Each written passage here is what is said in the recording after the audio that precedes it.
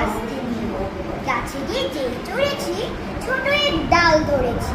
ও বাবা মরাত করে পড়েছি সরা জোরে, পড়বি পর মালির ঘাড়ে, সে ছিল গাছের আড়ে।